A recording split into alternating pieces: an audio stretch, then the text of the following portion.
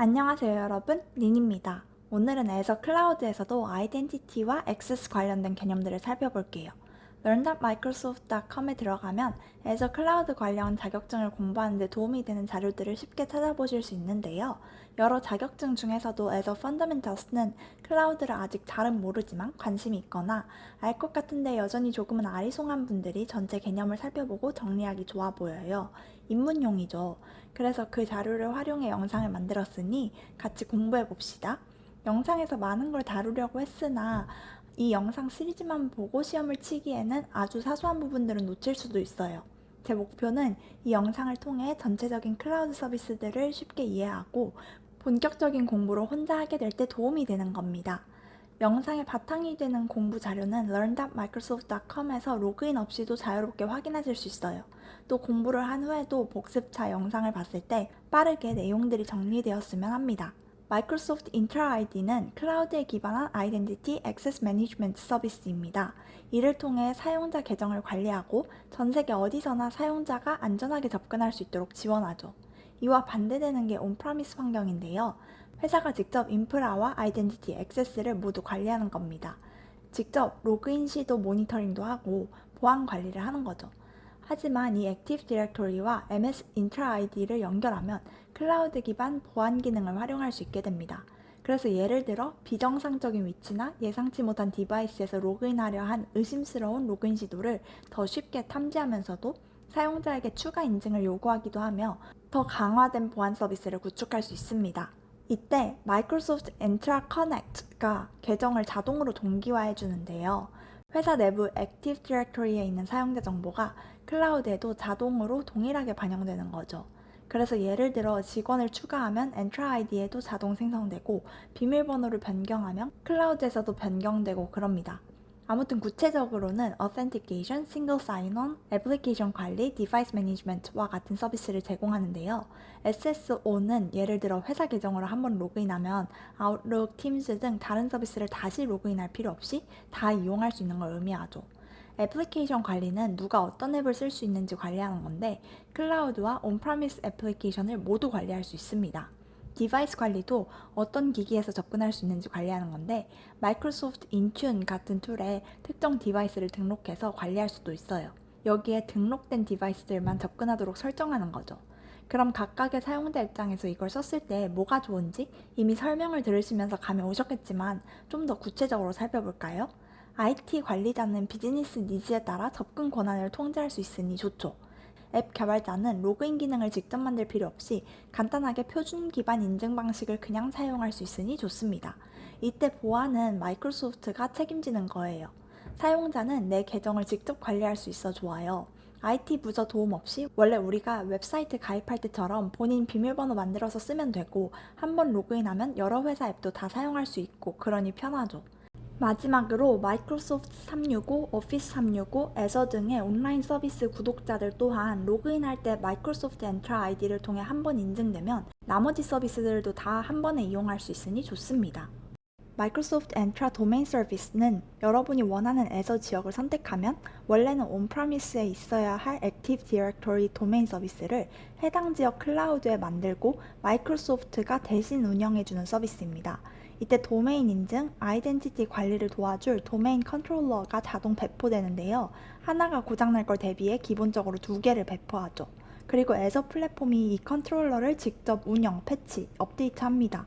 덕분에 여러분은 온프라미스에 있는 레가시 어플리케이션을 클라우드에 있는 액티브 디렉토리 도메인 서비스에 쉽게 리프트 앤 쉬프트 할 수 있죠. 인프라 구축과 관리는 클라우드가 다 해주는 데다가 기존에 사용하던 credentials, 그룹, 계정 등도 그대로 활용할 수 있기 때문입니다.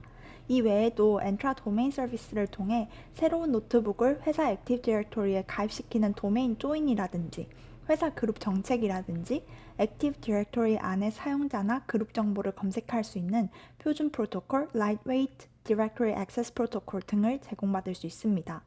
아무튼 이런 게 가능한 건 사실 엔트라 도메인 서비스가 엔트라 아이디의 사용자 정보를 읽어서 서비스를 제공하기 때문인데요.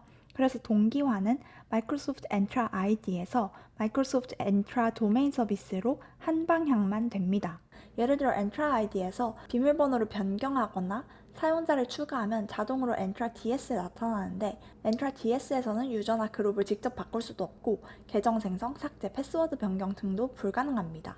리소스는 직접 만들 수는 있는데 이게 MS 엔트라 아이디에 거꾸로 반영되지는 않아요. Azure Authentication은 사용자의 신원을 확인하는 다양한 방법을 제공하는데 여러분이 여행 다니면서 신분증 보여주듯이 온라인 세계에서 여러분을 증명하는 겁니다. 크게 4가지 방법이 있죠. 첫 번째는 그냥 비밀번호를 사용하는 거예요. 두 번째는 아까도 얘기했던 SSO를 사용하는 거죠. 딱 한 개 아이디와 비밀번호로 로그인하면 여러 사내 서비스에 접근할 수 있으니 여러분도 편하고 여러분이 퇴사했을 때 회사는 이것저것 다 체크할 필요 없이 이 아이디만 삭제하면 되니 회사도 편하죠. 하지만 이 첫 번째 비밀번호 보안 수준의 의존성이 높다는 특징이 있어요. 이게 뚫리면 다 뚫리는 거죠. 세 번째는 Multi-Factor Authentication, 일명 MFA입니다. 마이크로소프트에서 제공하는 MFA 이름은 Microsoft Entra Multifactor이고요. 여러분이 이미 한 방법으로 로그인했는데 또 다른 인증도 해야 하는 방법입니다. 예를 들어 저는 조지아텍 웹사이트에 로그인할 때마다 제가 아이디와 비밀번호를 입력한 후에도 모바일 앱으로 추가 알람이 와서 거기에 뜬 숫자를 웹사이트에 또 입력해야 로그인이 완료되었거든요. 이런 식으로 보안을 강화하는 겁니다. 하지만 사용자는 여러 번 로그인해야 하니 불편하겠죠? 마지막은 비밀번호 없이 인증하는 겁니다. 디바이스나 생체 정보, 보안키 등을 활용할 수 있죠. 예를 들어 여러분 디바이스를 아예 안전한 디바이스다 라고 등록해 놓고 이 디바이스로 접근할 땐 다 허용하는 겁니다. 마이크로소프트 글로벌에서와 Azure Government는 이와 관련해 더 구체적으로 3가지 옵션을 제공하는데요. 첫 번째는 Windows Hello for Business입니다. 조직에 등록되고 사용자에게 전용으로 지정된 윈도우 PC에서 지문이나 핀을 활용해 로그인하는 거죠. 두 번째는 Microsoft Authenticator 앱입니다. 아까 MFA 설명하면서 이미 언급했듯 직원들 폰을 회사에 등록해 놓고 로그인을 시도할 때마다 이 폰에 설치된 Authenticator 앱에 알림을 줘서 이때 뜬 숫자를 현재 사용하고 싶은 디바이스에서도 작성하게 하는 겁니다. 폰은 이미 확실히 등록되어 있는 디바이스이기 때문에 여기서 본 숫자랑 일치하는 숫자를 입력했다 하면 다음 단계로 가도록 허용하는 거죠. 여기서 끝이 아닙니다. 이후 현재 사용하고 있는 디바이스에서 다시 한번 지문이나 핀 번호를 추가 인증해야 합니다. 이렇게까지 하면 로그인 완료입니다. 마지막은 FIDO2 보안키를 사용하는 방법이에요. 이때 FIDO는 Fast Identity Online의 약자로 비밀번호 없이 인증할 수 있도록 만든 개방형 표준인데요.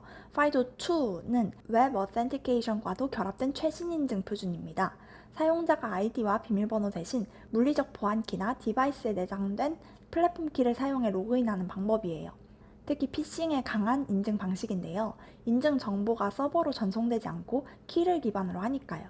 예를 들어 저는 회사 노트북이 2개예요. 하나는 그냥 일반 작업할 때 사용하고 다른 하나는 진짜 민감한 작업해야 할 때 사용하거든요. 이때 두 번째 노트북은 USB를 연결해서 로그인해야 합니다. 이걸 연결하지 않으면 로그인이 안 돼요. 이 USB가 바로 물리적 보안 키인 거죠. 이렇게 보안을 강화하는 겁니다. USB 말고도 블루투스나 NFC 등을 활용할 수도 있습니다. 아무튼 보통은 보안이 강하면 편리하지 않고 편리하면 보안이 약하다는 인식이 있잖아요. 그런데 이렇게 패스워드 없이 하는 방법들은 보안과 편리성 둘 다를 보장한다는 특징이 있죠. Azure External Identity에는 3가지가 있습니다. 그 전에 Microsoft Entra External ID란 조직 외부 사용자가 애플리케이션에 안전하게 접근할 수 있도록 지원하는 모든 아이디 관리 방식을 가리켜요. 외부 사용자는 본인의 기존 크레덴셜로 로그인할 수 있는데요. 그러면 여러분은 Microsoft Entra ID나 Azure Active Directory B2C를 활용해 이 외부 사용자들의 리소스 접근 권한을 관리할 수 있습니다. 첫 번째는 B2B 콜라보레이션입니다. 다른 조직의 사용자와 쉽게 협업할 수 있게 지원하는 기능인데요.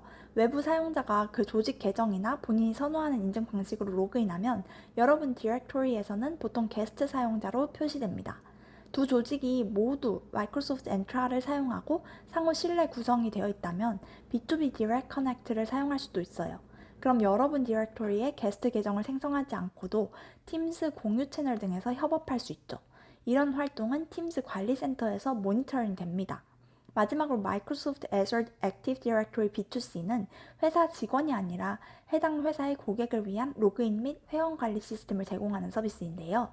예를 들어 은행 앱은 전 세계에서 일반 사용자들이 회원 가입하고 로그인 하잖아요. 이 로그인 시스템을 회사가 처음부터 직접 개발하는 대신 Entra ID B2C가 만들어주는 거죠. 여기까지가 아이덴티티였고요. 액세스도 볼게요.